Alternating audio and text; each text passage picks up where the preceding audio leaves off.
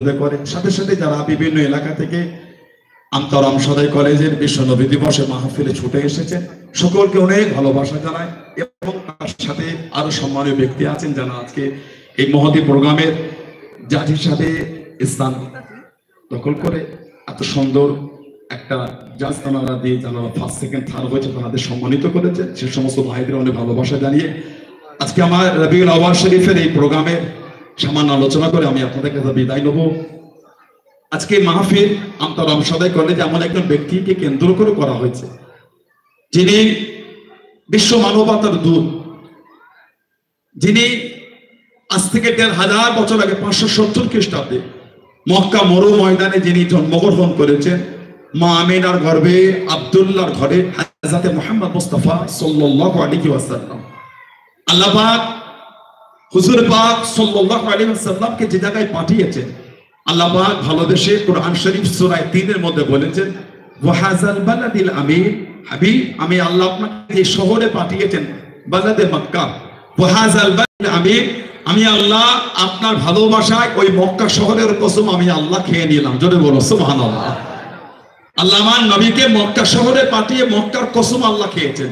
সেরকম একজন সর্বযুগের সর্বশ্রেষ্ঠ মানুষ হযরত মুহাম্মদ মুস্তাফা সাল্লাল্লাহু আলাইহি ওয়াসাল্লাম যাকে গোটা পৃথিবী আজকের ১০০০ বছর ধরে তার আদর্শের কাছে মাথা নত করতে বাধ্য হয়ে গিয়েছে।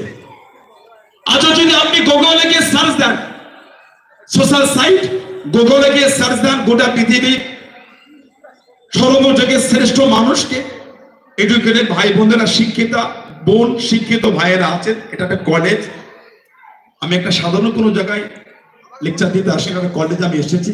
শিক্ষিত ভাই বোনেরা আছেন, শিক্ষিতারা আছেন। আজ যদি গুগলে গিয়ে সার্চ দেন জানার নামটা সর্বপ্রথম দেখাবেন তিনি হলেন হযরত মুহাম্মদ মুস্তাফা সাল্লাল্লাহু আলাইহি ওয়াসাল্লাম। জোরে বলুন সুবহানাল্লাহ। জানার আদর্শ, জানার চরিত্র, জানার আখলাক আল্লাহ পাক এত আলা বানিয়েছে। আল্লাহ পাক জানাকে দুনিয়ায় পাঠিয়ে জানার আদর্শকে আলা করে আল্লাহ কালামুল্লাহ শরীফে জিকির করেছেন ওয়া ইন্নাকা লাআলা খুলুকিন আযীম। হাবিব আমি আল্লাহ আপনাকে উত্তম চরিত্রওয়ালা করেছি, খুলুকে আযীম বানিয়েছি, সবথেকে আলা চরিত্রওয়ালা করেছি। যারা চরিত্র সার্টিফিকেট আল্লাহ কোরআনে দিয়ে বলেছেন লাকাদ কানা লাকুম ফি রাসূলিল্লাহি উসওয়াতুন হাসানা। আমার হাবিবের আদর্শ হলো উসওয়ায়ে হাসানা, উত্তম চরিত্র।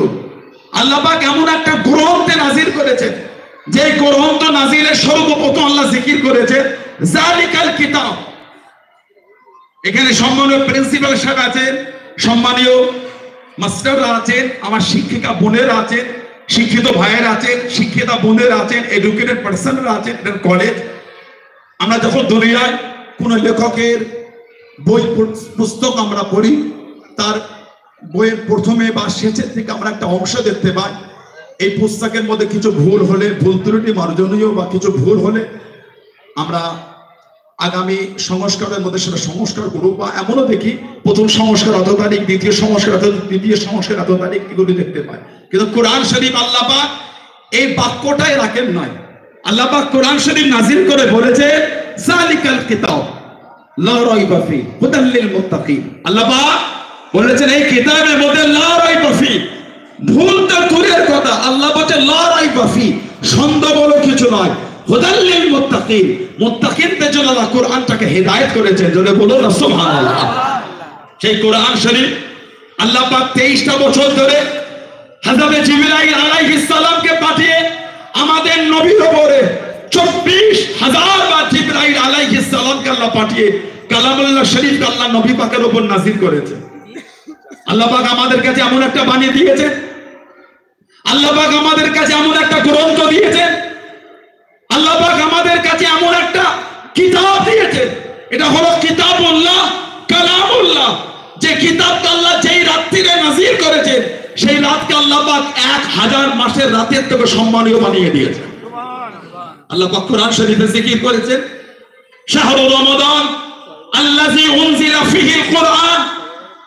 আরবিতে মাসকে বলা হয় শাহরুল মানে মাস, শাহরু রমাদান, রমাদান মাস যেটাকে আমরা রোজার সময় বলি, এই রোজার মাস আল্লাহ বলেন শাহরু রমাদান, রমাদান মাস আল্লাযী